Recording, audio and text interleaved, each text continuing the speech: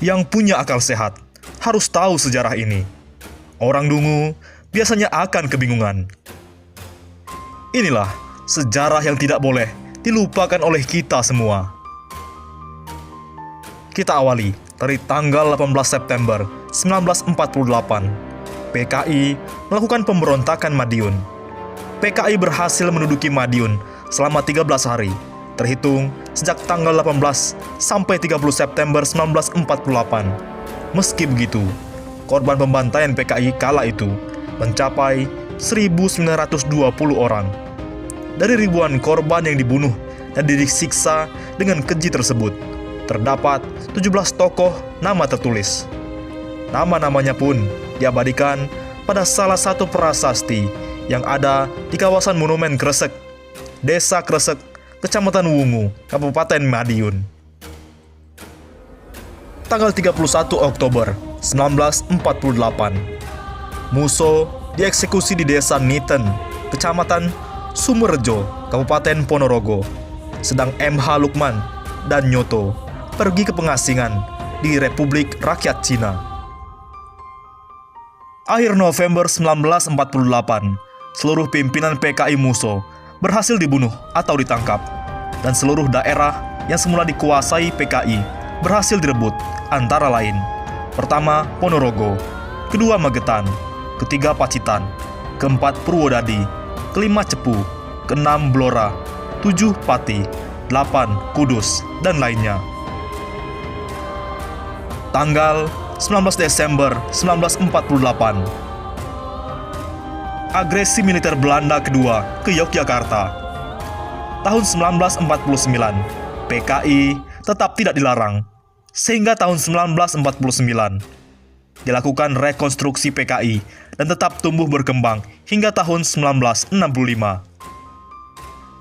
Awal Januari 1950, pemerintah Republik Indonesia dengan disaksikan puluhan ribu masyarakat yang datang dari berbagai daerah seperti Magetan, Madiun, Ngawi, Ponorogo, dan Trenggalek melakukan pembongkaran 7 sumur neraka PKI yang mengidentifikasi para korban.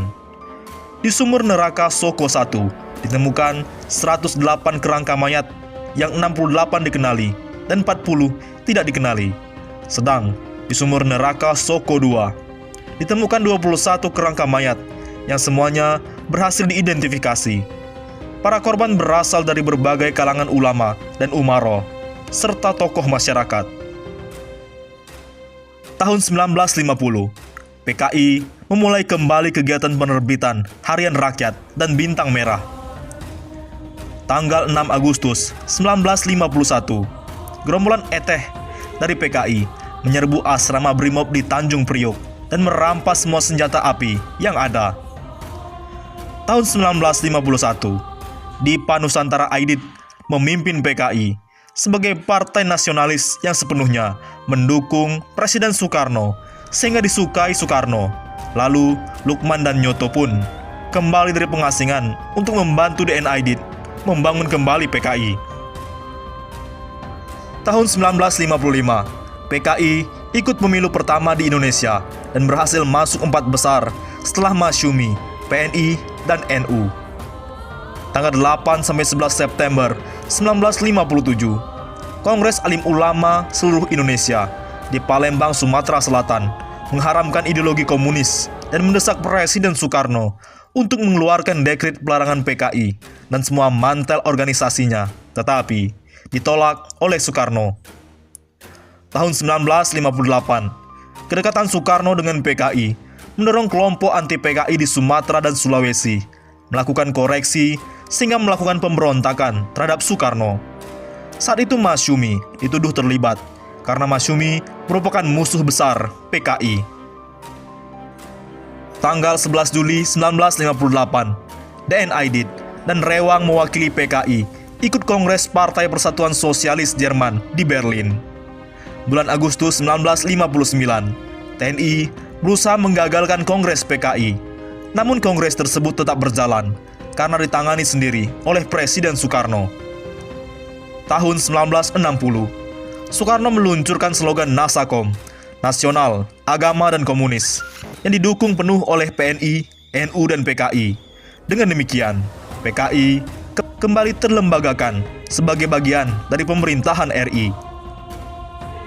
Tanggal 17 Agustus 1960, atas desakan dan tekanan PKI, terbit Keputusan Presiden RI nomor 200 tahun 1960 tertanggal 17 Agustus 1960 tentang pembubaran Masyumi, Majelis Syuro Muslimin Indonesia, dengan dalih tuduhan keterlibatan Masyumi dalam pemberontakan PRRI, padahal hanya karena anti Nasakom. Selanjutnya, medio tahun 1960, Departemen Luar Negeri Amerika Serikat mengeluarkan bahwa PKI semakin kuat dengan keanggotaan mencapai 2 juta orang.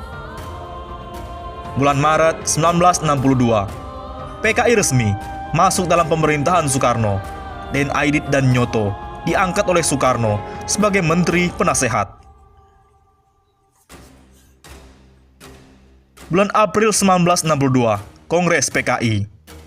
Tahun 1963, PKI memprovokasi Presiden Soekarno untuk konfrontasi dengan Malaysia dan mengusulkan dibentuknya Angkatan Kelima yang terdiri dari buruh dan tani untuk dipersenjatai dengan dalih mempersenjatai rakyat untuk bela negara melawan Malaysia.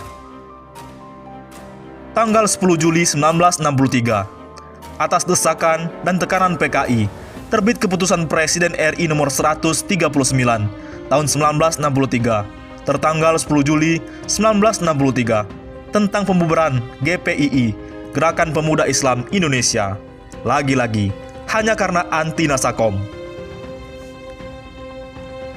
Tahun 1963, atas desakan dan tekanan PKI, terjadi penangkapan tokoh-tokoh Masyumi dan GPII serta ulama anti PKI, antara lain: pertama, Kiai Haji Buya Hamka; kedua, Kiai Haji Yunan Helmi Nasution; ketiga, Kiai Haji Isa Ansori; keempat, Kiai Haji Mukhtar Ghazali; kelima, Kiai Haji Eze Mutakin; keenam, Kiai Haji Soleh Iskandar; ketujuh, Kiai Haji Ghazali Sahlan; dan terakhir, Kiai Haji Dalari Umar. Bulan Desember 1964, Khairul Saleh, pemimpin Partai Murba, Musyawarah Rakyat Banyak, yang didirikan oleh mantan pimpinan PKI, Tan Malaka, menyatakan bahwa PKI sedang menyiapkan kudeta.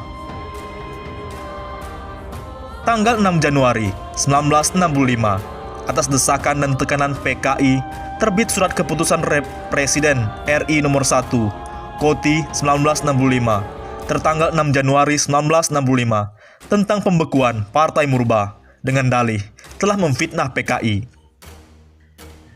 Tanggal 13 Januari 1965, dua sayap PKI, yaitu PR, Pemuda Rakyat, dan BTI, Barisan Tani Indonesia, menyerang dan menyiksa beserta training PII, Pelajar Islam Indonesia, di Desa Kandigoro, Kecamatan Keras, Kabupaten Kediri, sekaligus melecehkan pelajar wanitanya, dan juga merampas jumlah mushaf Al-Quran dan merobek, serta menginjak-injaknya. Awal tahun 1965, PKI dengan 3 juta anggota menjadi partai komunis terkuat di luar Uni Soviet dan RRT. PKI memiliki banyak ormas, antara lain SOPSI, Serikat Organisasi Buruh Seluruh Indonesia; Pemuda Rakyat, Gerwani, Gerakan Wanita Indonesia; BTI, Barisan Tani Indonesia; Lekra, Lembaga Kebudayaan Rakyat; dan HSI, Himpunan Sarjana Indonesia. Tanggal 14 Mei. Di tahun 1965, 3 sayap organisasi PKI, yaitu PR, BTI, Gerwani, merebut perkebunan negara di Bandar Betsi, Pematang Siantar, Sumatera Utara, dengan menangkap dan menyiksa serta membunuh Pelda Sujono, penjaga PPN, Perusahaan Perkebunan Negara, Karet 9 Bandar Betsi.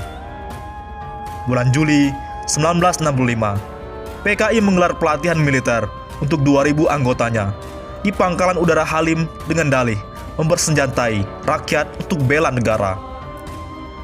Tanggal 21 September 1965, atas desakan dan tekanan PKI, terbit Keputusan Presiden RI nomor 291 tahun 1965 tertanggal 21 September 1965 tentang pembubaran Partai Murba, karena sangat memusuhi PKI.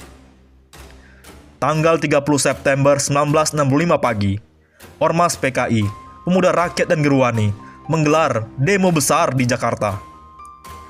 Tanggal 30 September 1965 malam, terjadi gerakan G30S PKI atau disebut Gestapo, Gerakan September 30. PKI menculik dan membunuh 6 jenderal senior TNI AD di Jakarta dan membuang mayatnya ke dalam sumur di Lubang Buaya Halim.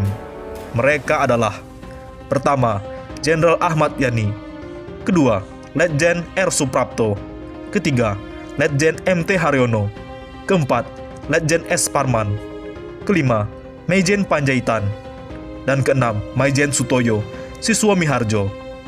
PKI juga menculik dan membunuh Kapten Pierre Tenden karena dikira Jenderal Abdul Haris Nasution. PKI pun membunuh Aibtu Karel Satsuitubun, seorang ajun inspektur polisi yang sedang bertugas menjaga rumah kediaman Wakil PM Dr. J. Leimena yang bersebelahan dengan rumah Jenderal A.H. Nasution. PKI juga menembak putri bungsu Jenderal A.H. Nasution yang baru berusia 5 tahun. Ada Irma Suryani Nasution yang berusaha menjadi perisai ayahandanya dari tembakan PKI.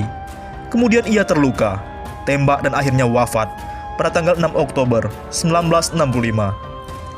G30S PKI dipimpin oleh Letnan Kolonel Untung yang membentuk 3 kelompok gugus tugas penculikan, yaitu: pertama, pasukan Pasopati dipimpin Letu Dul Arif; kedua, pasukan Pringondani dipimpin Mayor Udara Sujono; serta 3, pasukan Bima Sakti dipimpin Kapten Suradi. Selain Letkol Untung dan kawan-kawan, PKI didukung oleh sejumlah perwira ABRI atau TNI atau Polri dari berbagai angkatan, antara lain: Angkatan Darat, pertama, Maijen TNI Pranoto Rekso Samudro; kedua, Brigjen TNI Suparjo; dan ketiga, Kolonel Infanteri Alatif. Dari Angkatan Laut, Mayor KKO Pramuko Sudarno; kedua, Letkol Laut Ranu Sunardi; dan ketiga, Komodor Laut Sunardi. Angkatan Udara, pertama, Men Pangau Laksda Udara Omar Adani; kedua, Letkol Udara Heru Atmojo; dan ketiga, Mayor Udara Sujono. Dari Kepolisian, pertama, Brigjen Pol Sutarto; kedua, Kombes Pol Imam Supoyo; dan ketiga, AKBP Anwas Tanu Mijaya. Selanjutnya tanggal 1 Oktober 1965, PKI di Yogyakarta juga membunuh: pertama, Brigjen Katamso Darmo Kusumo; dan kedua, Kolonel Sugiono. Lalu di Jakarta PKI mengumumkan terbentuknya Dewan Revolusi Baru yang telah mengambil alih kekuasaan. Tanggal 2 Oktober 1965, Letjen TNI Soeharto mengambil alih kepemimpinan TNI dan menyatakan kudeta PKI gagal dan mengirim TNI AD menyerbu dan merebut Pangkalan Udara Halim Perdana Kusuma dari PKI. Tanggal 6 Oktober 1965, Soekarno menggelar pertemuan kabinet dan menteri PKI ikut hadir serta berusaha melegalkan G30S. Tapi ditolak, bahkan terbit resolusi kecaman terhadap G30S. Lalu usai rapat Nyoto pun langsung ditangkap. Tanggal 13 Oktober 1965, Ormas Ansor NU gelar aksi unjuk rasa anti PKI di seluruh Jawa. Tanggal 18 Oktober 1965, PKI menyamar sebagai Ansor Desa Karangasem, kini Desa Yosomulyo, Kecamatan Gambiran, lalu mengundang Ansor Kecamatan Muncar untuk pengajian. Saat pemuda Ansor Muncar datang, mereka disambut oleh Gerwani yang menyamar sebagai Fatayat NU. Lalu mereka diracuni. Setelah keracunan, mereka dibantai oleh PKI dan jenazahnya dibuang ke lubang buaya di Dusun Cemetuk Desa, Kecamatan Celuring, Kabupaten Banyuwangi. Sebanyak 62 orang pemuda Ansor yang dibantai, dan ada beberapa pemuda yang selamat dan melarikan diri, sehingga menjadi saksi mata peristiwa. Peristiwa tragis itu disebut tragedi Cemetuk, dan kini oleh masyarakat secara swadaya dibangun Monumen Pancasila Jaya. Tanggal 19 Oktober 1965, Ansor, NU, dan PKI mulai bentrok di berbagai daerah di Jawa. Tanggal 11 November 1965, PNI dan PKI bentrok di Bali. Tanggal 22 November 1965, Den Aidit ditangkap dan diadili serta dihukum mati. Bulan Desember 1965, Aceh dinyatakan telah bersih dari PKI. Tanggal 11 Maret 1966, terbit surat pemerintah 11 Maret atau Super Semar dari Presiden Soekarno yang memberi wewenang penuh kepada Letjen TNI Soeharto untuk mengambil langkah pengamanan negara Republik Indonesia. Tanggal 12 Maret 1966, Soeharto melarang secara resmi PKI. Tanggal 13 Februari 1966, Bung Karno masih tetap membela PKI. Bahkan secara terbuka di dalam pidatonya di muka Front Nasional di Senayan mengatakan, di Indonesia ini tidak ada partai yang pengorbanannya terhadap nusa dan bangsa sebesar Partai Komunis Indonesia. Bulan April 1966, Soeharto melarang Serikat Buruh Pro PKI, yaitu SOPSI. Tanggal 5 Juli 1966, terbit TAP MPRS nomor 25 tahun 1966 yang ditandatangani Ketua MPRS RI, Jenderal TNI A.H. Nasution tentang pembubaran PKI dan pelarangan penyebaran paham komunisme, Marxisme, dan Leninisme. Bulan Desember 1966, Sudirman mencoba menggantikan Aidit dan Nyoto untuk membangun kembali PKI, tapi ditangkap dan dijatuhi hukuman mati pada tahun 1967. Tahun 1967, sejumlah kader PKI seperti Rewang, Olowan, Hutapea, dan Ruslan Wijaya Sastra bersembunyi di wilayah terpencil di Blitar Selatan bersama kaum tani PKI. Bulan Maret 1968, kaum tani PKI di Blitar Selatan menyerang para pimpinan dan kader NU, sehingga 60 orang NU tewas dibunuh. Pertengahan 1968, TNI menyerang Blitar Selatan dan menghancurkan persembunyian terakhir PKI.